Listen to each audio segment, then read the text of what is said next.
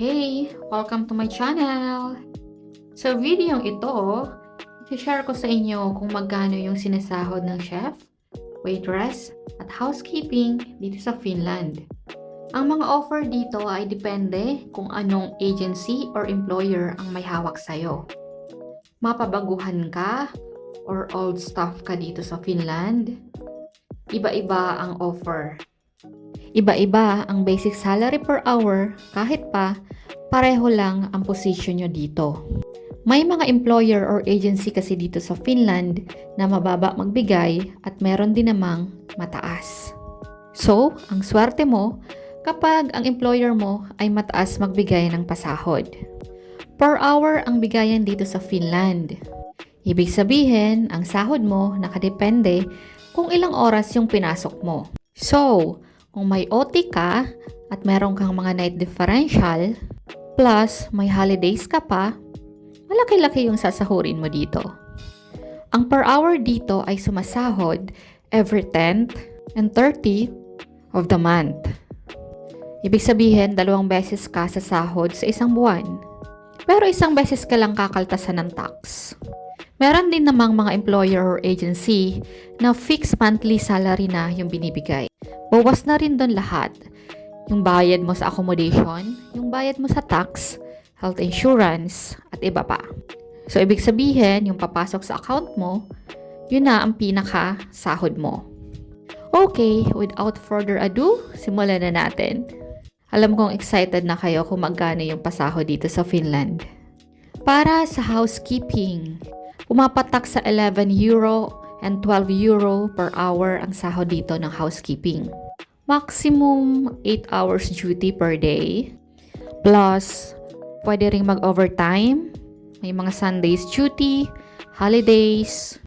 Pero kapag tumagal ka na sa employer mo, pwede pa yang madagdagan. Pwedeng maging 13 euro per hour or 14 euro per hour. Next, waitress.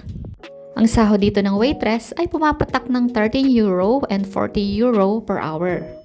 Pareho ng housekeeping, may Sunday duties, night differential, and bayad syempre ang holidays.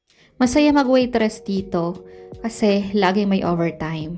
So kapag may mga overtime ka, mas malaki-laki yung makukuha mo syempre. Kapag tumagal ka na rin sa employer mo, pwede rin itong madagdagan. At kapag nag-apply ka sa iba, pwede ka rin mag-request ng salary na gusto mo. Pwedeng tumaas ng 15 euro and 60 euro per hour. O diba, ang saya nun. Next naman, sa chef. Pareho sa waitress, pumapatak din siya ng 13 euro to 14 euro per hour. Pareho sa waitress, maximum ng 8 hours duty. May mga overtime, duty ng Sundays, double pay yon, holidays, at pwede rin madagdagan pa yan kapag tumagal ka na sa employer mo. Pwedeng maging 15 to 60 euro or pwede pang tumaas ng 70 euro per hour. Pero syempre, depende pa rin yan sa kung anong employer ang may hawak sa'yo. Anyway, pwede ka naman mag-apply sa iba after ng contract mo. At pwede ka rin mag-request kung magkano ang gusto mong basic salary per hour. Or kung gusto mo, sumahod ka ng naka-fix monthly salary.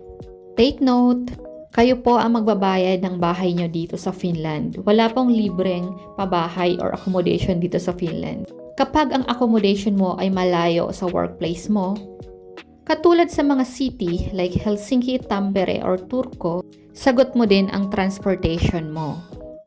Okay naman kasi yung pasahod dito, so kahit may mga kaltas na ganyan or may mga bayad na pang sarili mo, may matitira pa rin naman sa'yo. Sana ay nagkaroon kayo ng idea kung magkano yung sinasahod dito sa Finland. At sana ay magkita-kita tayo dito. Hello, Finland na ba? Ano? Tara! Thank you for watching. Follow and subscribe for more. Bye!